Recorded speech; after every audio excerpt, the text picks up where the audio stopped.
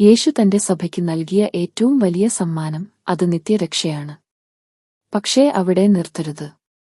ദയവായി ഞാൻ നിങ്ങളോട് അപേക്ഷിക്കുന്നു, അവിടെ നിർത്തരുത്. പതിനായിരക്കണക്കിന് ക്രിസ്ത്യാനികൾ അവിടെ തന്നെ നിർത്തി. തുടരുക, കാരണം വചനം തുടരുന്നു. വാഗ്ദത്തം നിങ്ങൾക്കും നിങ്ങളുടെ കുട്ടികൾക്കും ദൂരെയുള്ള എല്ലാവർക്കും ഉള്ളതാണ്. നമ്മുടെ ദൈവമായ കർത്താവ് വിളിക്കുന്ന അത്രയും പേർക്കും.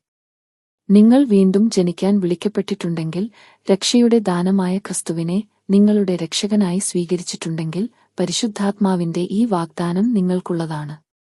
പ്രിയപ്പെട്ടവരെ, 1-ാം നൂറ്റാണ്ടിലെ സഭ കണ്ടുപോലെ തീർച്ചയായും ദൈവീക വെളിപ്പെടുത്തലുകൾക്കു സാക്ഷ്യം വഹിക്കും. പരിശുദ്ധാത്മാവിന്റെ ശക്തിയാൽ ലോകത്തെ ദൈവത്തിനായി ഒരുക്കാം. തീർച്ചയായും കർത്താവായ യേശുക്രിസ്തുവിന്റെ സഭയ്ക്ക് ഇന്ന് പരിശുദ്ധാത്മാവിന്റെ ശക്തിയാൽ വീണ്ടും ലോകത്തെ ദൈവത്തിനായി ഒരുക്കാൻ കഴിയും.